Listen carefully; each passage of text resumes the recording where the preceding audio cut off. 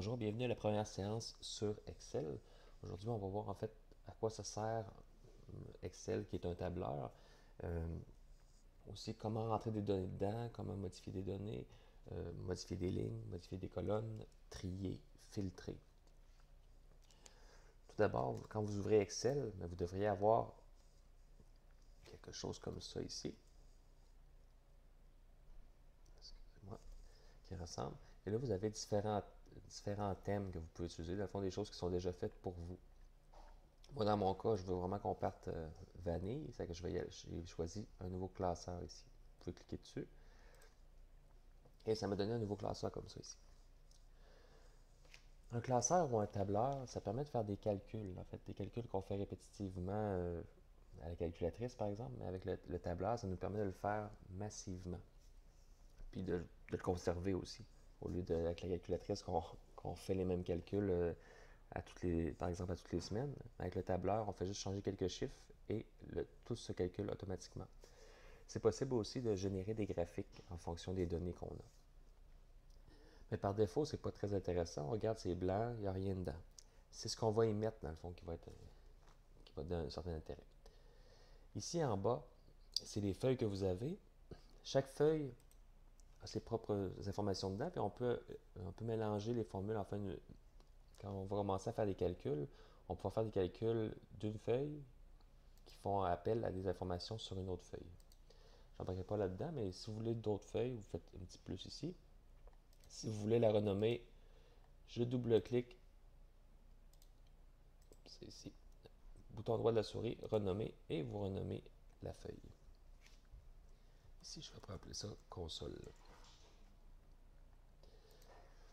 On va regarder rapidement c'est quoi les options qu'on a ici dans le tableur. On voit que les rangées sont numérotées en chiffres et les colonnes sont numérotées en lettres. On va avoir besoin de cette information-là plus tard pour faire nos formules. Parce que dans le fond, une cellule, on va la référencer selon son emplacement. La cellule que j'ai actuellement ici, c'est B4. Donc, je vais pouvoir l'utiliser dans mes formules plus tard. J'ai commencé à rentrer de l'information ici. Je voulais faire un petit tableau des consoles de 8e génération, des consoles de jeux vidéo. J'ai mis une colonne console, une colonne prix au lancement, hauteur, profondeur, largeur et je pourrais écrire ici prix courant en dollars. On a vu que j'avais juste à commencer. Quand j'arrive dans une cellule, j'ai juste à commencer à rentrer de l'information et ça l'inscrit automatiquement. Je fais entrer.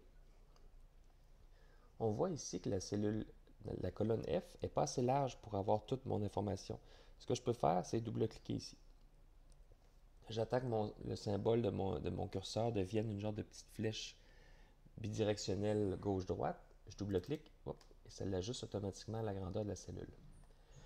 Mais vous devez vous dire, prix courant il est à la fin et prix au lancement est au début. Peut-être que ça aurait été mieux que je mette prix courant tout de suite à côté de prix au lancement. C'est ce que je vais faire. Vous pouvez soit l'effacer ou CTRL-Z, CTRL-Z. Ce que je vais faire pour le faire, c'est que je vais insérer une colonne ici. Je clique dans la partie de la colonne ici. J'ai cliqué sur C. Bouton droit de la souris sur C. Et je vais faire insertion. Et automatiquement, ça insère une colonne à gauche. Ça ici, je vais l'écrire ici. Prix courant et un signe de dollar.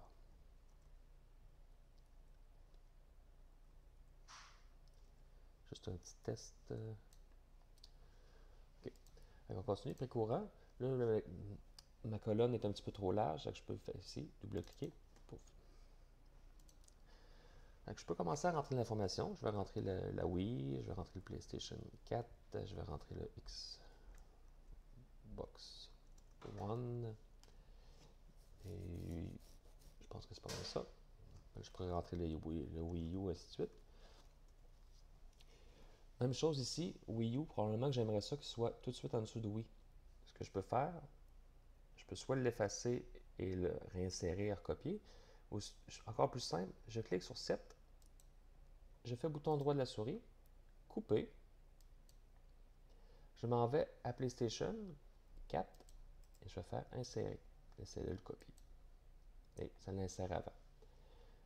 Quand on fait une insertion de rangée, ça insère avant la rangée actuelle. Et quand on fait une insertion de colonne, ça insère avant la colonne actuelle. Ça ici. Prix au lancement, on va dire 350. Je ne me souviens pas des prix. Je fais juste mettre des prix comme ça au hasard. 400. Pour le prix courant, le Wii, dire qu'il est 200$. Ici, ça doit être encore 350. 300 et 300. Pourquoi j'ai mis hauteur, profondeur et largeur? C'est parce qu'on va faire des calculs là-dessus tout à l'heure, juste pour voir le volume en fait. Je vais mettre des chiffres au hasard aussi.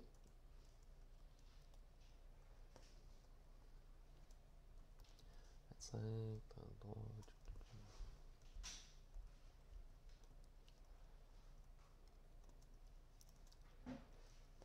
OK. J'ai certaines informations, donc j'ai un petit tableau qui commence à ressembler à quelque chose. Évidemment, l'apparence pour l'instant n'est pas très intéressante. Ce que je peux faire, c'est utiliser les éléments que j'ai ici pour mettre de la couleur. Par exemple, je pourrais marquer ici console 8e génération. Ça va être l'entête de mon tableau.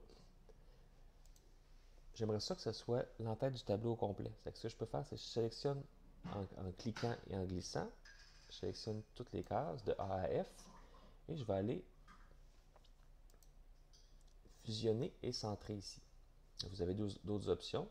Celle qui m'intéresse, c'est fusionner et centrer. Et on voit que maintenant, mes 6 cases sont devenues seulement une case. Maintenant, je peux mettre un arrière-fond, dans le fond, le petit pot de peinture, 8e génération. Autre chose qui peut m'intéresser, c'est de trier l'information qui est ici. Donc, pour faire ça, je sélectionne tout mon tableau au complet et vous allez avoir ici en haut à droite, trier et filtrer. J'ajoute filtrer.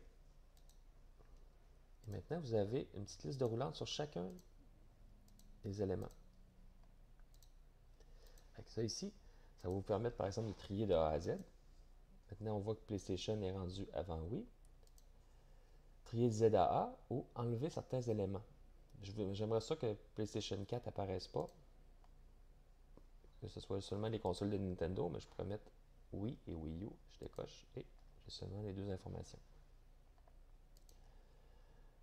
Je peux resélectionner tout. Donc on voit que vous pouvez faire beaucoup de choses. On peut faire aussi des filtres dépendant de votre... Par exemple, ici, j'aimerais savoir toutes les consoles qui sont supérieures. Dans le fond, la hauteur est supérieure à 20. Supérieure, je vais écrire est supérieure à 20. Et j'ai seulement le PlayStation 4 et le Wii U dont la hauteur est supérieure à 20. Là, on peut faire plein de choses, dépendant de vos besoins. Vous verrez ça en cours de route. Si j'ai un tableau, évidemment, ce serait le fun d'avoir une bordure sur notre tableau.